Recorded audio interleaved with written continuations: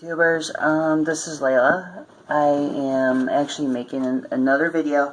Unfortunately, this one is not anything about gaming. I know some of you are wondering, why am I making all these mixed channels? Well, for the long and short is, I do it in general. Mixed channels for me are like something I do. But I'm not here to really talk about the mixed channels. I'm actually here to talk about the Coca-Cola, the Dodge L700 unassembled plastic model kit, which actually is the Coca-Cola model kit you could buy off Amazon for about 25 bucks. This one, what I'm doing, I'm not using the short hauler. And the reason why is because right now, I am building the Kenworth W900. As you can tell, this is part of the bed. I just started to add the lights in, more like the back and both the sides. The paint for this, for the trailer, which I'll get to the tractor in a bit. The trailer is done with a Rust-Oleum, a crayon Rust-Oleum enamel paint, which is an aluminum-based paint. Now, one thing I've noticed, years ago in the past, when I used to build models for competition, I was told Krylon has tendency to haze, crack, whatever, but that's the older paint. But with the Krylon, the Krylon silver enamel, it doesn't do it because it's a new formula. The only thing I did was to paint the underside, wait a couple hours. Flipped it over, paint the top, a couple hours. However, with that being said, I waited overnight. Almost like, I would say about over 24 hours before I can handle it.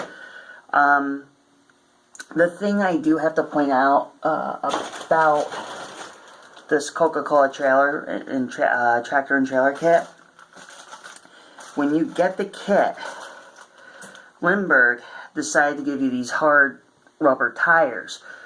They don't work very well for the kit because, number one, you are going to have a difficult time. I've tried putting these on, they don't work. So what I did is I found an old AMT trailer kit close to the Lindbergh tires, and what I did is actually I put them over here. I put the replacement tires on here because they were a little bit easier to work with and they don't cause a fuss.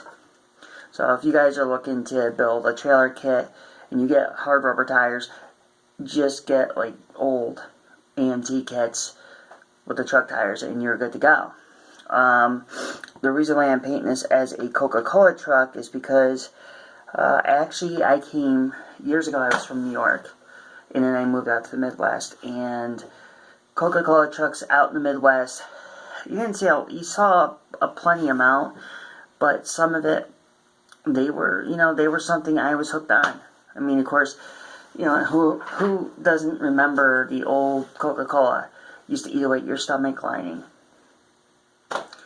But as far as the trailer, now the Kenworth, on the other hand, I did a lot of work so far. And what I'm going to do is I will show you exactly what I did. As a matter of fact, now, most of this is built from the kit. The mudguards on back, built up frame. This is all from the kit. And to top it off, there's not very much detail to the actual engine. Trying not to ruin the footage, but that's pretty much everything in the kit. Didn't detail it, didn't do a whole lot of work. You have to excuse the poor lighting. Oh, and yeah, so far I've been building this kit since January, December. So I've been doing that. Then did some detailment of the work, which the interior, everything will be detailed. Like I said, the Peterbilt kit this kit alone was easy enough. It's almost like a snap together. I mean, you probably have to drill some holes if some of it doesn't fit in. Some little modifications here and there. But for the most, I haven't had issues. It's been going together quite nicely. The only thing you have to worry about is you don't try to haze the plastic when you paint it. Usually, when I entered the model competitions years ago, the model competitions are fine. If you're just making this a basic model, I would recommend going, if you're just making it for yourself, not for competition, then it's whatever. But if you're doing it for competition, you want to do 2 coats of primer. You do the first coat, and you do the second by wet sanding before you do the second coat, which I will show later on in the video with the cab and the hood.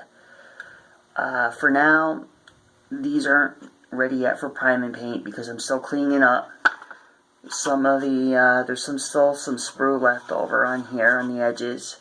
Gotta clean that up. A lot of it, also, when you buy a kit or you get one for Christmas or something as a gift, make sure when you clean out the wheel wells, because sometimes, you know, you don't want to make it look like shoddy, you don't want to make it look like shit, but then again, that's if you're doing it for competition, and if you do it on your free time, it's whatever. Paint whatever color you want, whatever. The other thing is, I mean, forget about the trailer, but, I mean, forget about the flat part of the trailer, the aluminum part. And the other thing is, too, with this particular kit, what I'm doing here with the air cleaners is the same thing in the body color. Now, when you put these together, you try to make sure you sand the flash down, which I'm still doing that with these, because nobody, you know, this way, I mean, it doesn't make a whole lot of difference to some people, but some people, like me, I kind of like to make it look nice. You know, that's just the way I am. Same thing here, I'm just getting all the flash material off before I have to prime and paint it. The other thing that's nice about the Coca-Cola trailer kit, and the thing I will say, in here, this is one of them, you have what they call loading ramps. Now, they used to use these for the forklifts, and these are going to go with the kit after I get done with them. And I'll tell you something, these are worth it if you're going to make this as a show. What I'm going to do, actually, with that is, with this particular box, the trailer, it's all going to be done Coca-Cola red. I do have the decals for it, but that'll be later. What I'm doing right now is I'm getting I've been test fitting the doors, because what I'm planning on doing is I'm going to make it for show, so I'm going to actually have the doors, open and close. But right now, see, like right here, that's the only drawback. Now, the one thing I do have to say, when buying these kits, when I first got this kit, it felt like it was resin, it felt like it was metal, because it was extremely heavy. I didn't know why it was heavy until I looked, and it was the way how the plastic is. This ABS plastic from Lindbergh, when they make these model kits, the short haulers, they're heavy. And it's worth the money, but, you know, of course, every model company has a different way of making polystyrene or styrene and a density. The other thing I found that was really interesting, because I'm painting this a Coca-Cola red.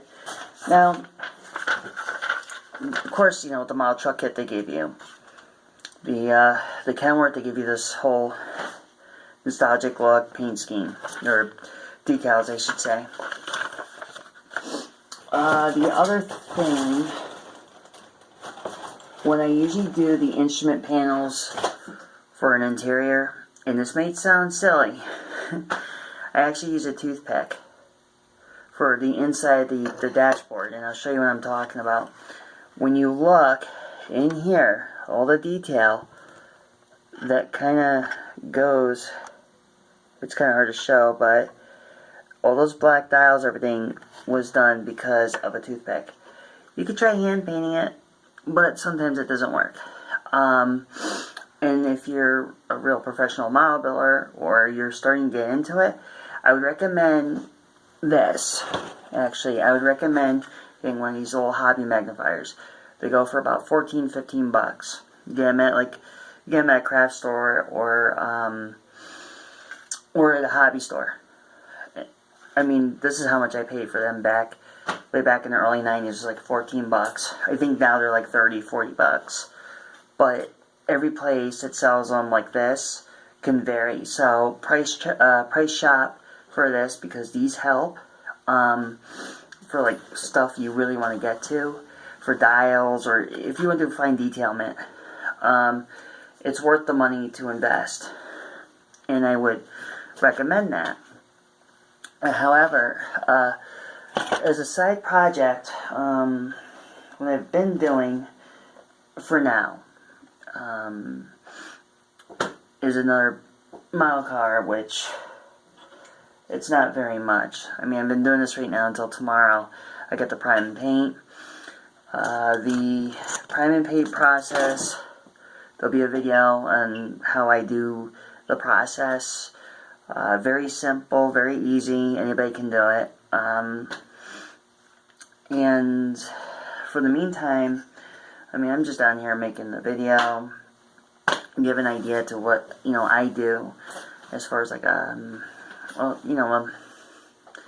at-home life right now. But, yeah, like I said, the only thing that's cool about the short haul kit of the Coca-Cola truck, they got some good added features. The detail's not so good, but, I mean, certain things, certain chrome parts, or, with the kit, the short haul kit didn't come with the chrome parts very much. But Revell, the Revell series are good. There's detail in it as long as you can, if you want to strip the chrome down, you want to have more details showing. Like there's a guy on YouTube, besides me, who's done that. He stripped the chrome. He found more detail within the chrome parts, but that was on a different channel. I just built it up as like a nice show truck. And then when you're dealing with chrome, what I found that helps a lot, I would recommend, if you're using chrome parts, putting on a model kit, wear latex gloves, because trust me, they will help to make it look very nice. Which I do for the saddle tanks, like for the rims here, I used it on, a little bit on the gas tank too, to actually help so the fingerprints don't smear on the chrome, and it comes out really good. A lot of the paints I use are either going to be Krylon or Duplicolor, but usually the body, I normally use Duplicolor. So, that's going to be the next step, and in my next video, I will show you how I do the process of doing the paint job on both the box and the tractor. But for now, if you have any questions, concerns, feel free to like and subscribe. If, comments or questions, concerns, just kind of shoot them out there, and I'd be happy to give you tips and whatever. Alright, bye for now.